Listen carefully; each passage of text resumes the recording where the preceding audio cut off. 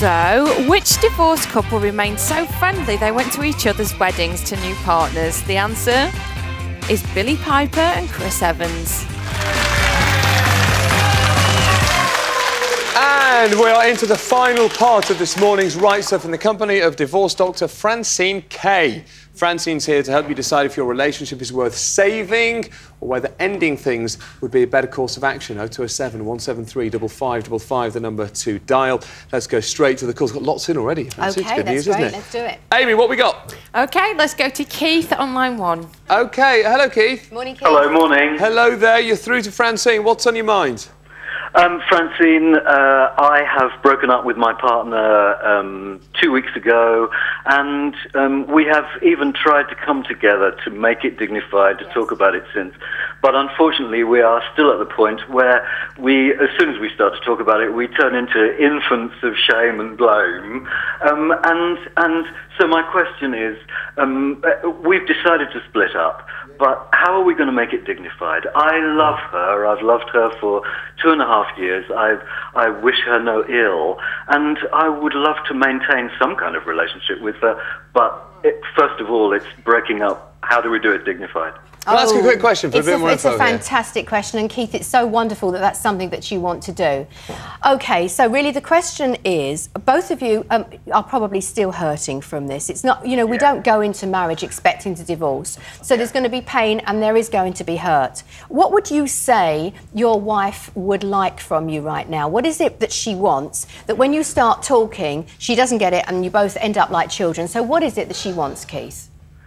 I'm really not sure about that, and I think that's the issue. I don't think we've got the tools, really, to know how to do this, because we are hurting, and there's lots of still unexpressed pain and so on and so on. Yes. OK, so I think that the only thing you can do right now is to consider that every single time that there is an upset where she responds to you in a reactive way rather than in a reasonable way, she will be coming from hurt. So what I want you to do, Keith, is to just hear the hurt. So anytime she raises a voice, anytime you also find yourself going to that place, notice that it is the hurt that is speaking.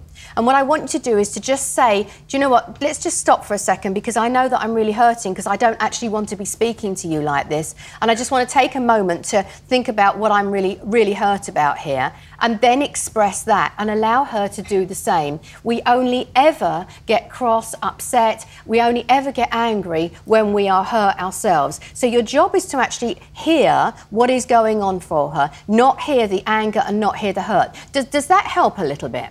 It does. It's about containment of that, you know, and I think we both know what you're talking about. We both understand that.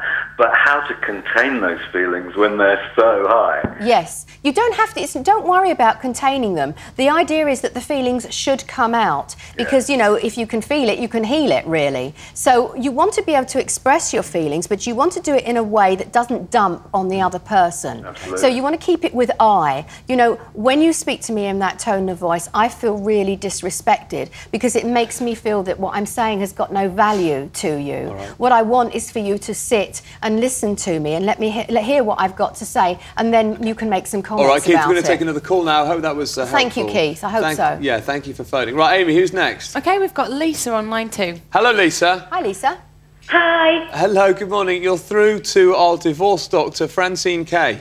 How can I help, Lisa? Basically, what it is, my husband, we separated nearly 2 years ago. Yes. He wants a divorce, and basically I don't. He's been seeing other people, and I just don't know what to do because obviously I don't want a divorce, basically, but we're getting on really well at the moment, and I just don't know what to do because obviously I don't want the divorce. OK, and he does want to get divorced? Yes, he does want to get a divorce, yeah. OK, so what you're actually trying to do is to hold on to somebody who has actually said, I don't want to be with you anymore.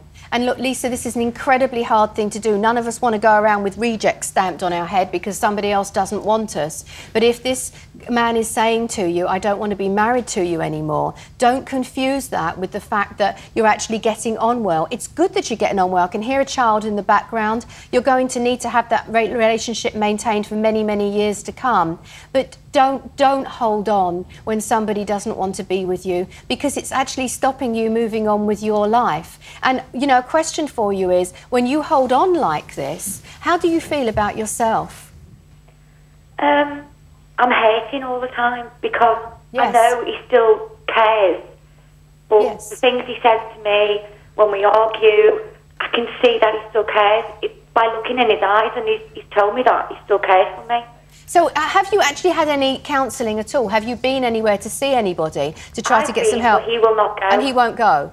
No, he won't yes, go. it's very difficult. You can't do it on your own. If he is determined that he's not going to get any help and you're not going to go and see anyone together and he wants to go, with your dignity and with your pride intact, Lisa, let him go and be very thankful that you've got somebody who's going to carry on being a good father to your children and get on with your life. Don't hang in there and make yourself hurt even more. Lisa, do you think, are you prepared to walk away from this?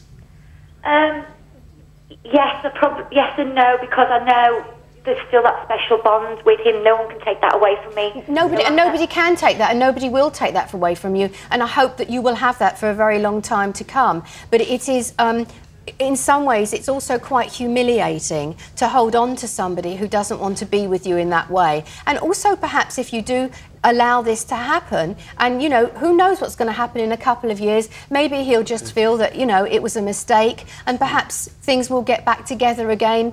You don't know, you may have moved on by then. But I would say, Lisa, you know, this is not making you a better person, holding on to it. It's not making you feel good. So let it go, darling, let it go. OK. Lisa, probably tough to hear that, but thank you for phoning. Yes. Just very quickly, before we end the programme, so we're going to get to the other calls, so many people phoned. There was something in the paper yesterday about the credit crunch leading to more separation. Have you heard about that? That it's putting more strain on couples? Yes, it's putting more strain. I mean, there's always been circumstances. Every marriage and relationship always has circumstances, you know, that are going to get in the way. Yeah. But it's about overcoming those circumstances. You know, the credit crunch hasn't got anything to do with the relationship. No. It's about the credit crunch. All right. Well, I'm afraid that's all we're going to get from us this morning. No time for any more calls. My thanks if you did pick up the phone, and apologies if you didn't get through. Still, if you need relationship advice, you could just check out Francine's website. Details on screen now. Thank you for your advice, Francine. Good to see you today. Thank you. So, what about tomorrow? My special guest is psychologist and author Oliver James, and we'll be taking a special look at dealing with dementia on tomorrow's show. Thanks for watching. I'll see you tomorrow at 9 o'clock. Have a good day. Bye-bye.